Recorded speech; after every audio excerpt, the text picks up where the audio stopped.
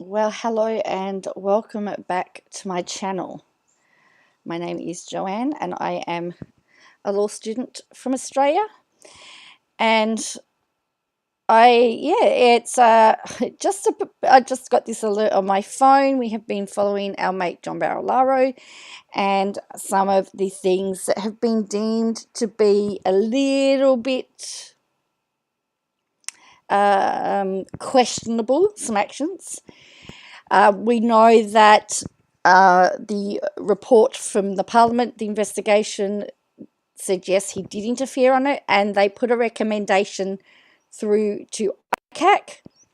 That's the Independent Commission Against Corruption, and they released a statement. So I just want to show you, I've just gone straight to the source, which is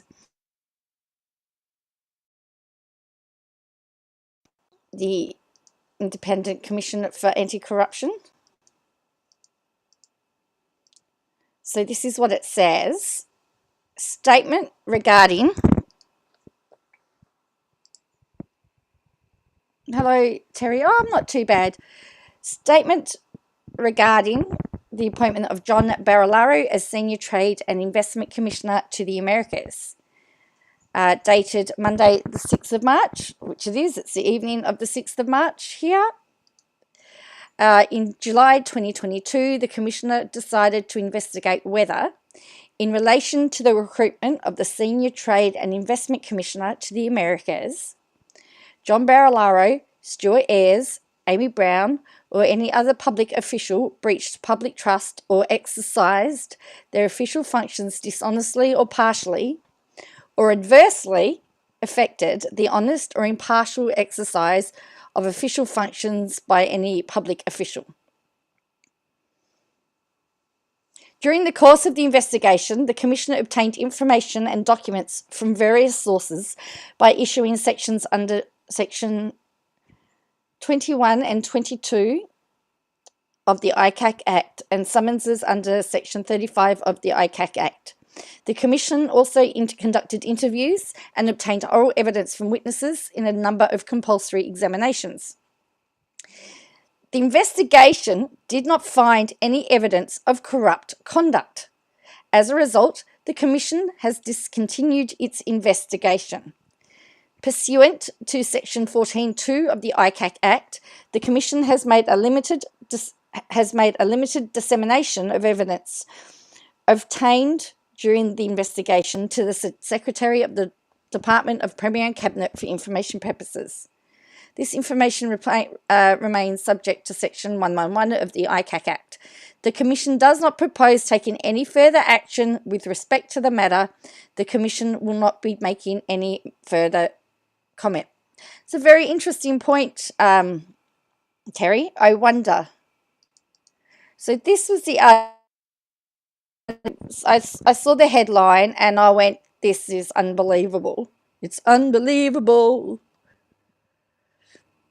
And this was ICAC finds no evidence of corruption by John Barilaro or Stuart Ayres trade job posting.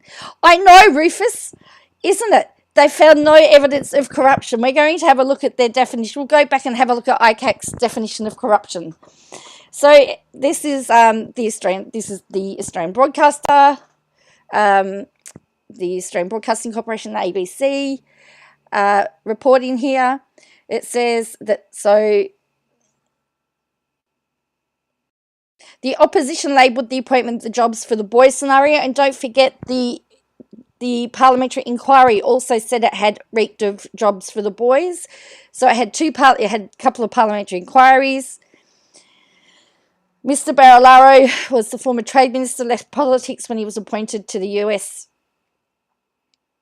trade job, from which he later stepped aside. Mr. Ayres, who was his replacement, he resigned from the ministry. The corruption watchdog, so that's the statement. So it also included former public servant Amy Brown. She was a government department head who oversaw the recruitment post. There was no evidence of corrupt conduct found on her part, and she was sacked. She's been sacked. Mr. Perrottet has promised Mr. Ayres will be reinstated as a senior minister if the coalition is elected this month. That is correct. Hopefully you can hear this.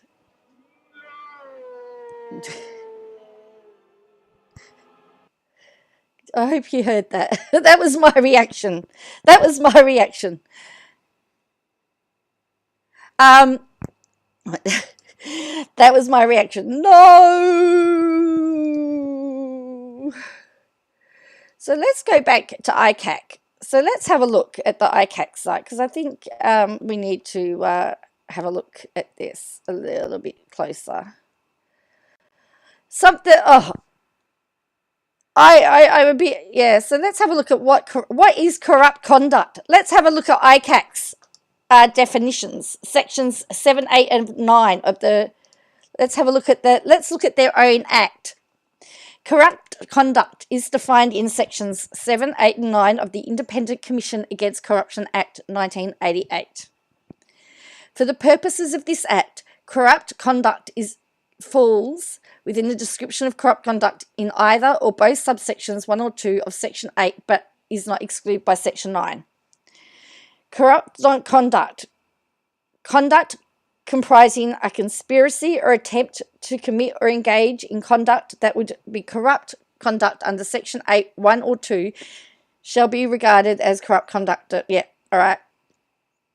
So here it is. Corrupt conduct is any conduct of any person, whether or not public official, that adversely affects or could adversely affect, either directly or indirectly, the honest or impartial exercise of official functions by any public official, any body, any group, or any public officials by any public authority, or any conduct of a public official that constitutes or involves the dishonest or partial exercise of his or her official functions, or any conduct of a public official or former public official that constitutes or involves a breach of public trust, any conduct of a public official or former public official that involves the misuse of information or material that he or she has acquired in the course of his or her official functions, whether or not it is for his or her benefit or for any other person. Isn't that what he did though? Didn't he go to Stuart Ayres asking about the job that he created? And 2, corrupt conduct is also any conduct of any person, whether or not a public official, that adversely affects or that could adversely affect, either directly or indirectly, the exercise or official functions by any public official, any group or body of public officials, or any public authority, and which could involve any of the following matters. And then you've got conduct, including breach of trust. I think there was breach of trust there. Nonfeasance, malfeasance, yeah. Bribery, blackmail, obtaining or offering secret commissions, fraud, theft, preventing the course of justice, embezzlement, election bribery, election funding offences, election fraud, treating, tax evasion, revenue evasion, currency violations, illegal drug dealings, illegal gambling, obtaining financial benefit and vice engaged by others, bankruptcy, company violations, harbouring criminals, forgery, treason, homicide, violence, etc. He got the job taken away from someone. That fits the description. I would have thought so too, Rufus Descom. Hello, Vedandra. I didn't mean to ignore you. Yeah, let's check off what Bruz qualifies for. That's correct. So, and then it says, it's also corrupt conduct is any conduct of any person that impairs or could impair public confidence in public administration, and which could involve any of the following matters: collusive tendering. Well, he did. Fraud in relation to applications for licenses, permits, and other authorities under legislation designed to protect health and safety. Dishonestly obtaining or assisting in obtaining or dishonestly benefiting from the payment or application of public funds for public advantage or the disposition of public assets for private advantage. Defrauding the public revenue. Fraudulently obtaining or retaining. Fraudulently obtaining or retaining employment or appointment as public official. Rufus says that's his whole career.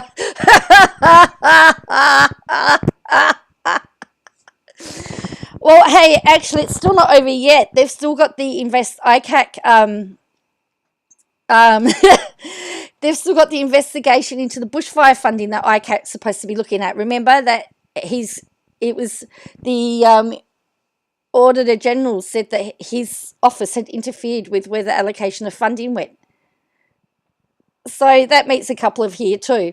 So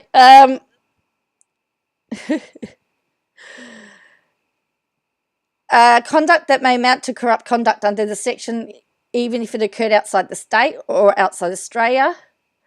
Then it says limitation on nature of corrupt conduct.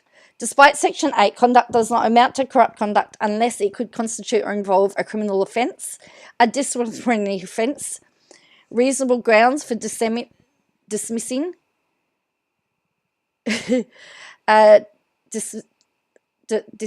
dispensing with the services of, or otherwise terminating the services of a public official. In the case of conduct of a Minister of the Crown or member of the House of Parliament, a substantial breach of an applicable code. Hey, doesn't it do that? That it is conduct? Because wasn't there a couple of breaches of code of conduct? Didn't Perrottet tighten up the ministerial code of conduct after his investigation? It does not matter the proceedings for such action or for such offence can no longer be brought or continued, or that action such as dismissal, dispensing, or other termination can no longer be taken. And then it says for the purposes of this section, applicable code of conduct means Minister of the Crown, a member of the Legislative Code of Conduct. Then it talks about the rules here. Yes, there is. Yes. So that is corrupt conduct. That is what is corrupt conduct for the purposes of the Independent Commission Against Corruption. And as I said, if we go to the Media Centre, we go to Media Releases, and we go to here. We go to here. It says this investigation did not identify any evidence of corrupt conduct.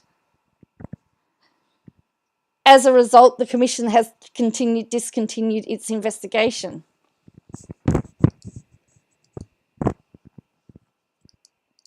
They obviously did not look at the parliamentary committee report, because that was pretty damning. Some of the testimony in that was damning. I mean, Barilaro's timelines didn't even match between what he gave in his defamation case with Google and Friendly Geordies and what he gave at the parliamentary inquiry. So yeah, that was a bit surprising. So ICAC still has another well. Yeah, yes, I've just posted it on my Twitter, and I've got a bit of reaction. Everyone's in a little bit of shock. So ICAC, we're very disappointed in you. This is Braz. Why you bullying me? You fucking bitch. Why you bullying me? Oops! I didn't realise I had swear words in it. Oopsies!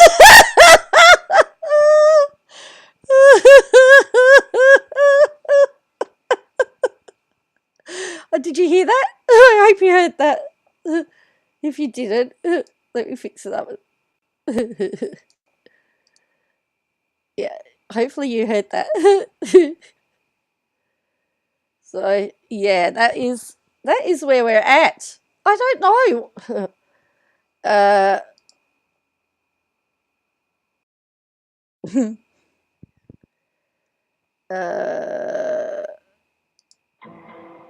There you go. We need that as well.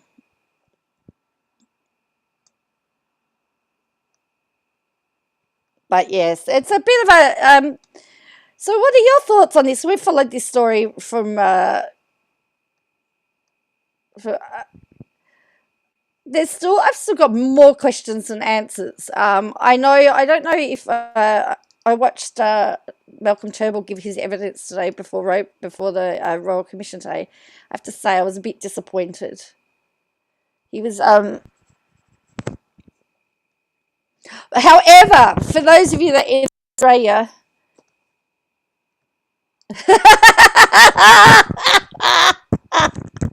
Yes. Oh, have they? Well, I hope. Well, as I said, I don't. Yeah, I'm not a person that says that word anyway. Uh, uh, what was really quite. There was a couple of moments that I thought were really quite funny. In the fact of everybody, all Australians will know we have a really bad broadband system and our national broadband network, NBN. And Malcolm Turnbull, who is the former Prime Minister, he was the one that was actually responsible for that big disaster. And so I found it quite amusing that his internet connection kept buffering. You know, when he was Prime Minister and when he was Minister of Communications, he was telling us how great our internet systems were, and he's giving evidence in a Royal Commission, and his internet kept buffering. I mean, I did find that quite amusing. I mean, I probably find things that amuse. Yeah. So the irony wasn't lost on me that his broadband network let him down. So it was really just there because he revealed some WhatsApp text messages between himself. Essentially, he was very much the Hogan's hero, Sergeant Schultz. I know nothing. That we know that you're currently. We have the worst. I still can't believe when I went to Indonesia and even Myanmar, their internet was better, and it's like, come on. And I was in the poor parts of these countries, and it was like, come on, I'm in areas that are really, third world in some respects, and they've got better internet than me. Anyway, so it was. He said, I believed that my ministers would actually do their job. He appointed them because they were competent. He did say that if he knew there was anything wrong, he would deal with it, and he pointed out that he did actually make sure he brought in the bonking ban so that politicians could not do the horizontal tango with their staffers. He quite proudly talked about how that he was not one he was one that was able to make decisions and controversial decisions if he had to, and he actually named and said it was because of Barnaby Joyce, which I thought again was one of those hilarious moments. And he goes, I had the incident where I had to bring in a ban of relationships with staffers after Barnaby Joyce's actions, and I thought, wow, yeah, yeah, but he wasn't Prime Minister then, Rufus. Hey, but Rufus, it was staffers. It wasn't other politicians or outsiders, was it? Let me just say. I mean, we're going down a rabbit hole there. So he he described a Tasmanian MP critical of robo-debt as being on the warpath. So there was a raft of WhatsApp. So WhatsApp's what all the politicians use between Turnbull and Mr. Tudge was shown today, and he provided the messages as part of his evidence. He was quizzed about his time as Prime Minister. He told the Royal Commission he often spoke directly with ministers in an informal, consensual and collegial way. If you know anything about Malcolm Turnbull, he's a wordsmith. He likes to give you the answer in 150 words or less. A lot of it happens over WhatsApp, which is a very convenient messaging system, he said. In the messages, Mr. Turnbull described the growing media interest around the robo-debt scheme in 2017. And asked Mr. Tudge if he was monitoring the reporting. In one message delivered to Mr. Turnbull on January 20, 2017, Mr. Tudge wrote, PM, Tas Minister calling for Centrelink system to be stopped. She is aligned to Abets. She didn't speak to me at all, just wanted to let you know, Alan. Mr. Turnbull replied, yes, they are on the warpath. Other messages sent about a week earlier to then Social Services Minister Christian Porter showed Mr. Turnbull was concerned about the automatic issuing of robo-debts, warning him that we don't want missteps with pensioners. In a message to Mr. Turnbull on the 13th of January 2017, Mr. Porter explained that his office staff were present in briefings with Mr. Tudge and the Department of Human Services about the scheme's rollout. Mr. Porter's messages, he detailed 3 observations about robo-debt and its online system.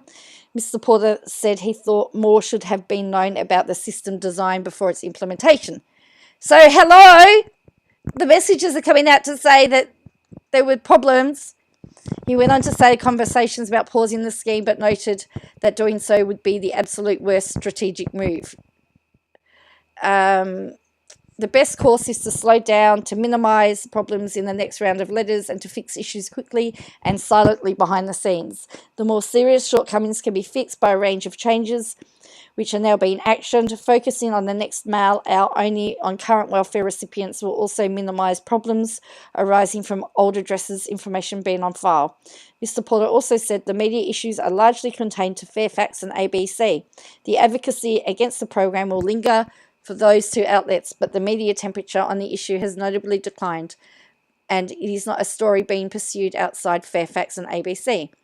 Mr. Porter finished by saying, ultimately, I am satisfied Alan Tudge has the situation in hand. Mr. Turnbull replied that he would stay close to Mr. Tudge on the issue, but the text messages shown to the inquiry revealed that by May 19, 2017, Mr. Turnbull had raised further concerns. Christian, how confident are you that the algorithm for the debt letters is fixed? We don't want missteps with pensioners. Mr. Porter replied by saying pensioner asset checking in debt recovery will not start until July 1. He said this could be delayed, but that Alan Tudge thinks the program will be in a sound state to commence. He also said, he told the Royal Commission that when he became Prime Minister, he did not want the government to run out of the Prime Minister's office, adding that this was unlike other Prime Ministers. It was very clear that I expected ministers to take responsibility for their department. Mr. Turnbull said he never turned his mind to the legality of robo-debt because he'd received legal advice that it was lawful. Cabinet was told it was lawful in the sense it was consistent with the legislation. He referred to a document that said he made him confident that the new legislation was not required. It's very clear what it says. The Australian government solicitor has looked at it and says it's constitutional and you have the authority under the relevant legislations to do it, he said. Mr. Turnbull told the inquiry that he was confident in his ministers, but he said on January 20th, 2017, he questioned Alan Tudge about it. Alan, we need a frank assessment of what the problems are, what is happening to fix them. Are you sure your department is giving the right advice on to what is happening? Mr. Turnbull told Commissioner Catherine Holmes, SC, this message showed he was pressing Mr. Tudge to do his job. And then we get to some more, which talks about there just seems to be so many managers here. I've never seen so many managers. Is this why it got all messed up? Because there's too many people here, too many hands in the pie. He's the General Manager at Services Australia Debts Integrity Projects Division and TEP Program. And saying a nearly $1 million report into the flawed robo-debt scheme was never intended to become public. In December, he said he was brought into a new role in January 2017 when the robo-debt scheme was in crisis. He gave evidence about a report commissioned by the Department of Human Services, which was ordered in 2017 to get advice about robo-debt from PricewaterhouseCoopers. The report was designed to identify issues and work out an implementation plan for the robo-debt scheme going forward, but it was never delivered to the department. Never. No one's ever seen it. Parts of the draft report that describe problems with the automated process involved with the scheme were shown to Royal Commission today. It also identified other flaws. And this is the first time it's been made public. This is the first time people are seeing it. The impact of the loss of human invention is hard to quantify, but in no doubt significant in the challenges faced by the program that became robo-debt, a draft report shown to Royal Commission. While the PricewaterhouseCoopers staff who gave evidence last week could not detail who advised them the final report was not required, Mr. McNamara today said it was his understanding that the report could not be delivered during the desired timeframe. He said a draft report was provided, but that document would not have been given to a minister, and the inquiry heard the department was showing PowerPoint slides which detailed parts of the report. Mr. McNamara said he was given direct advice from the former DHS Secretary, Catherine Campbell, that the report should not be made public. He said this was because at the time there was adverse media about the scheme, and if the report got into the hands of the press, this would have poured a whole lot of petrol on it.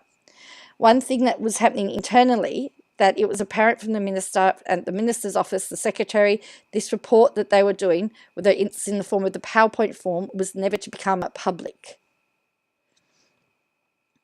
When asked by Commissioner Holmes what justification was expected to be used to resist the report becoming public through a Freedom of Information search, Mr. McNamara replied, it was going to Cabinet. You can see where the Minister's office was going to that. So any documents that go into Cabinet are not accessible through Freedom of Information. And so the plan was to have the draft report go through Cabinet so that nobody can see it. Council Assistant Angus Scott KC put to Mr. McNamara, the final report was not required by DHS because of fear it was being leaked or becoming another public way. There was no way the department was ever going to release this report publicly. It was irrelevant whether they finalised it or sent it or remained in draft, adding the leaks in the department at a more senior level did not begin until 2018. The Royal Commission heard that talking points on the scheme in 2017 did not make any reference to income averaging, the key tenet of robo-debt that was later to be found illegal. So this was really interesting. This is what they're not realizing. So this is a really harrowing story. So not only have they had people talk about their experience with this debt collection scheme of people that never actually had debts, they've had written submissions. So this written submission. So they've had 40 days worth of evidence, and I think, but the toll and its victims have been laid bare in now public submissions. So they're now making all the submissions public. The debt collection program illegally claimed almost $2 billion in payments from 433,000 people. Among 34 written submissions published today, advocacy bodies and organisations reiterated that they had been warning the government for years that this was not right. So let's look at this one.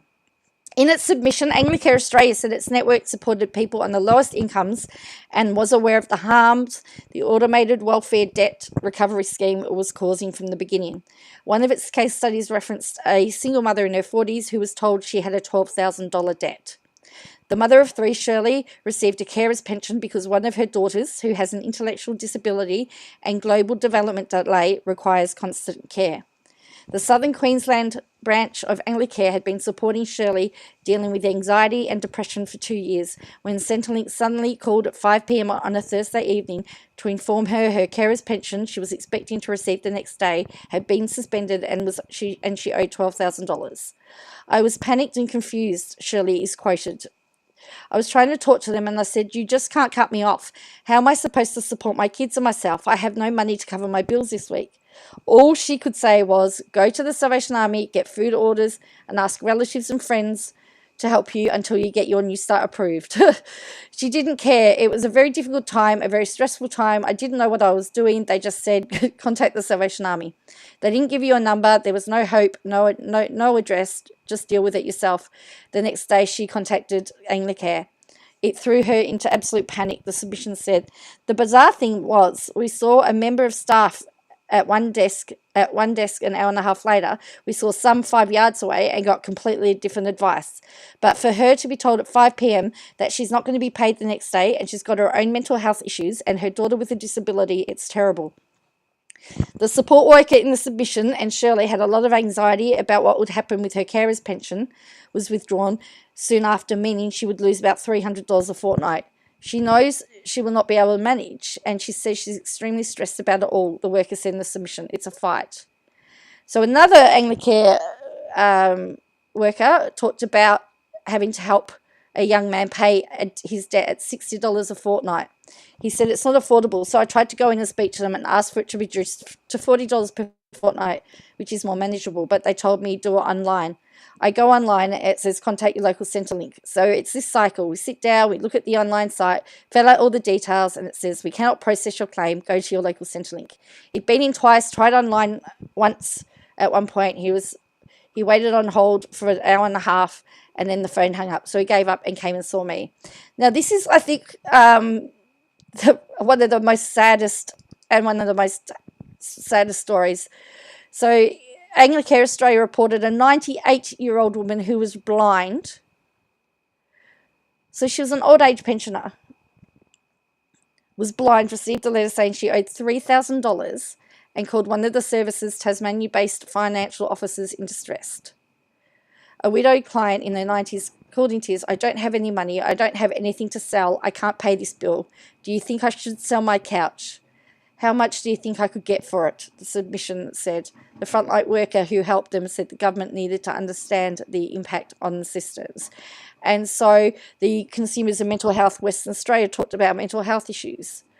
Victorian Legal Aid listed submissions about you don't carry around paperwork when you're homeless. Isabel told Victoria Legal Aid she was working different casual jobs on and off regular income and was unable to get previous pay slips due to the length of time she'd worked in a business and because she was couch surfing. You don't carry around paperwork when you're homeless. So the impact of robo-debt is on my life. However, a trauma I continue to live with and am still triggered by, Isabel told Victoria Legal Aid. And unfortunately, there's many stories of this. So as I said, it's been the whole way it was all averaged and everything has now been deemed was deemed unlawful and illegal. Everybody got their money back, and there was a payout from the Royal Commission. So now a payout from the court case. The High Court deemed it unlawful. And now they're trying to find out why it happened, and I think it's just a whole fact of everybody walked around with their eyes closed. Nobody cared, really. So let's get to something a little bit more happier. Thank you for Llama Girl for this, because this is our girl Katie Joy. You know she's famous. Look at this. Katie Joy is famous, by the way. Things before your favorite serial killer series, before news articles. Let's go back to this. Now, hopefully you can see this.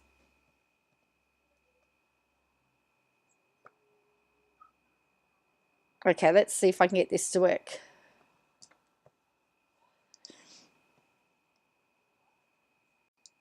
Of course, it's not going to work for me now, is it?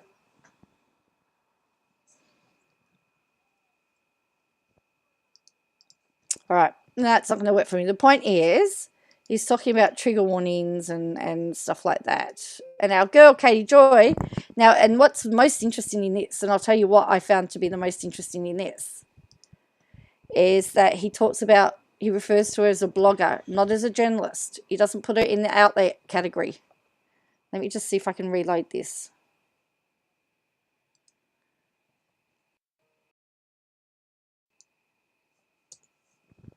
See if I can reload this for some reason.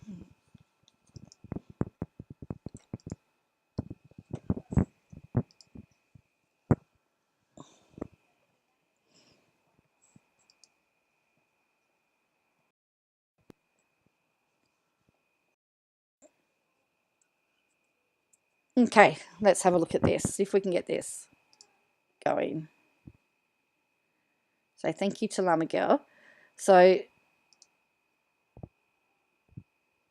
it's about putting... The trigger warning escaped from campus and got out into the real world, and now they're everywhere. Warnings at the top of Reddit threads and Facebook and Twitter and Instagram. There you go, see? She's highlighted where she is. She's there. Instagram posts, warnings before your favorite serial killer series, before news articles.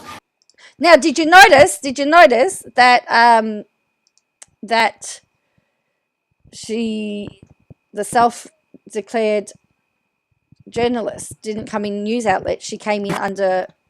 And got out into the real world, and now they're everywhere. Warnings at the top of Reddit threads and Facebook and Twitter and Instagram posts. Warnings before your favorite serial killer series, before news articles. Yeah, so anyway, she...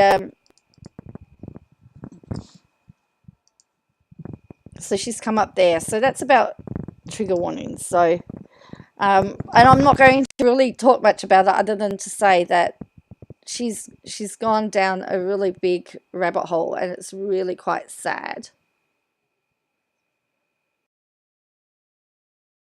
Oh, oh, look at this. Oh, I've got to take a step back. Oh, look at this. She's going to get a tongue lashing from her. I love when she gets. I love it. In fact, I watched the Commissioner Holmes this morning be so disgusted by one of the witnesses. She just called lunch. So watch this. Well, basically, you were charging people money that they didn't owe. We didn't know that at the time, though.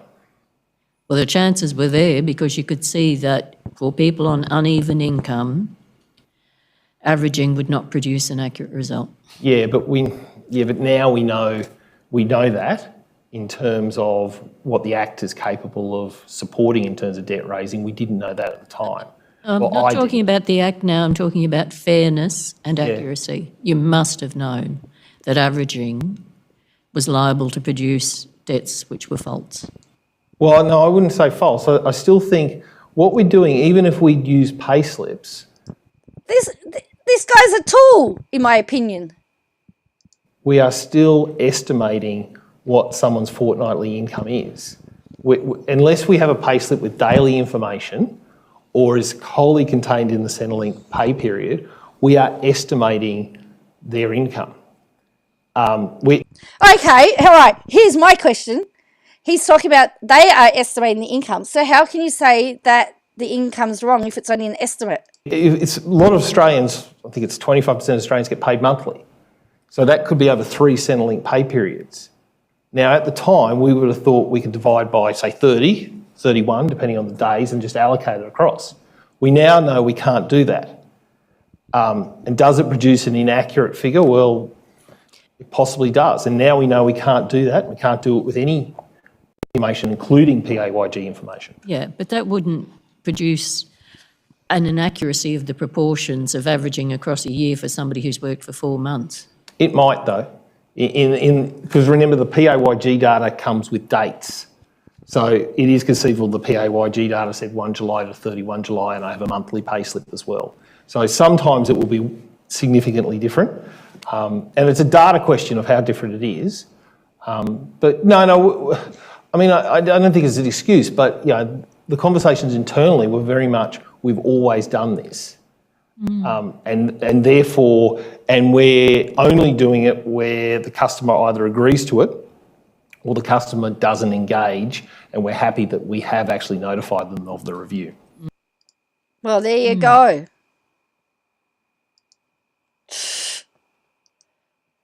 Oh, he's still a general manager. He's still a general manager at Centrelink.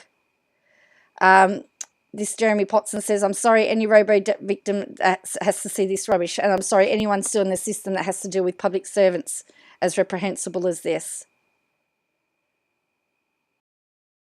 This guy is the epitome of the upper levels of Centrelink's culture, trying to gaslight Catherine Holmes and not having a clue that he's doing it.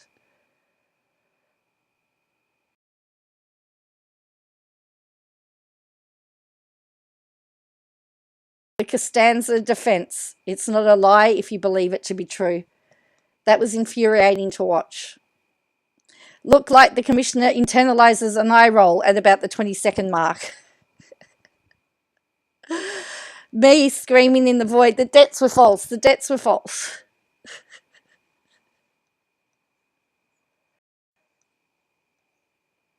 So there you go. That, my dear friends, is why the system was messed up, because you had clowns like that running it.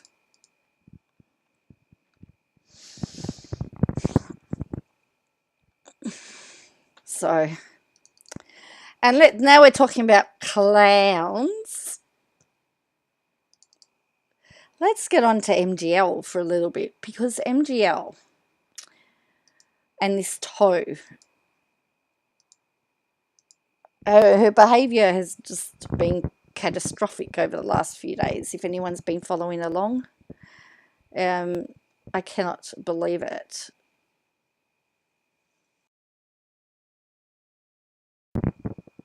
So, and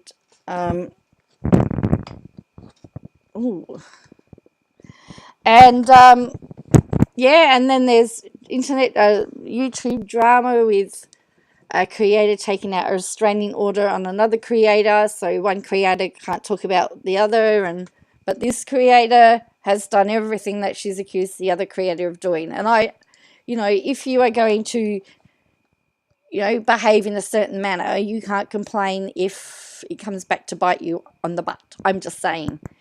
I don't know who the restraining order is against. I'm not going to say the creator that it's for, because apparently if you say that creator's name, apparently they can say yours and they can call you lots and lots of different names. But if you call them a name, they'll slap a restraining order on you. Those of you that are in the drama stratosphere would probably know who I'm talking about there. So yeah, things are really messy. But anyway, just wanted to share. I just really wanted to just get what your thoughts were on the ICAC decision about Barilaro. Just checking in and seeing what's going on. But Vedandra, tomorrow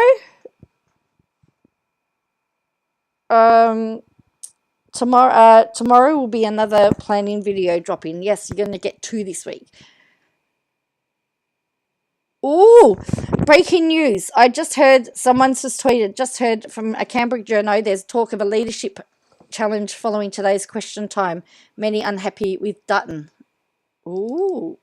But who would do it? Oh, but ICAC and RoboDebt makes me sick.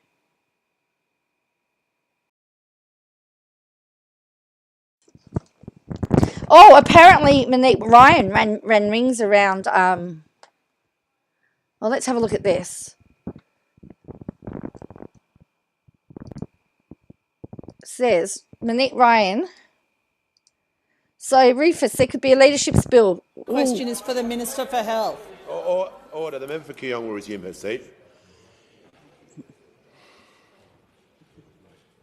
The member for Riverina will cease interjecting when members are asking questions. I'll give the call to the member for Kooyong. I'm sorry? I give the call to the member for Kooyong to begin your question. I'm sorry, could you repeat that? I give the call to the member. Order. I give the call to the member for Kooyong. I'll be there before you are. My question.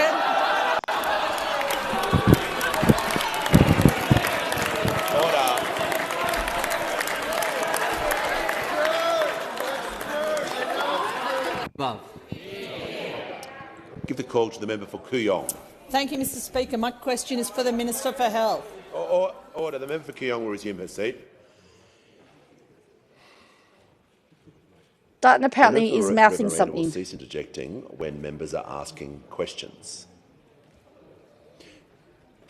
I'll give the call to the member for Kooyong. I'm sorry? I give the call to the member for Kooyong to begin your question. I'm sorry, could you repeat that? Anyway, so yes, I know that RoboJet's over, and you know, sorry, ICAC. Sorry, that ICAC is yeah. So it says Monique Ryan gets up in question time.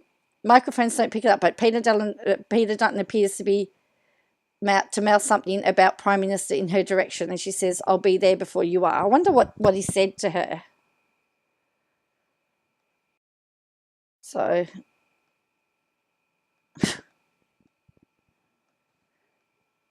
we'll see whether there is a. Yes, I'm going to spoil you for Andrew. In fact, it's uploading in the background, so I'm going to set it to I'm going to set it to go while I'm at work tomorrow. So while I'm working, you'll get a new video. So anyway, thank you all for joining me. I know I'm still a little bit all over the place, and I just don't have all my ducks in a row. I want to look at this. I believe it's our countersuit from the 7M Dancers Against Shin that I added as a short, and it reads like the Katie Joy Instagram posts. So I need some time to do that. But uni started, so yes. I've got to get back into my classes. So thank you all for joining me. If you could do me a favour and hit the like button on the way out, that would be good. Or the way in. Hello to the replay crew. Changing captains on the Titanic. After hitting... Yeah, but who are they going to have, Rufus? Don't tell me it's going to be Susan Lay.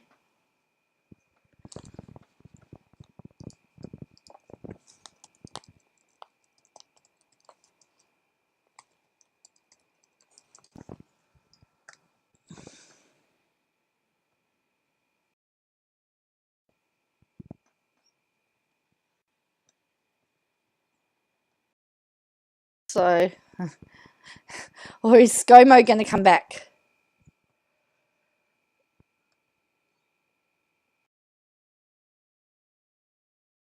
So anyway, we'll see. I guess we'll see what happens. But that someone's just put that on Twitter.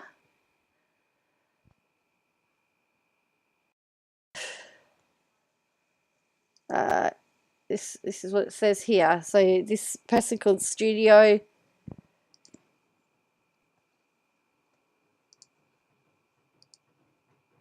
has just put breaking news. Just heard from a Canberra journalist.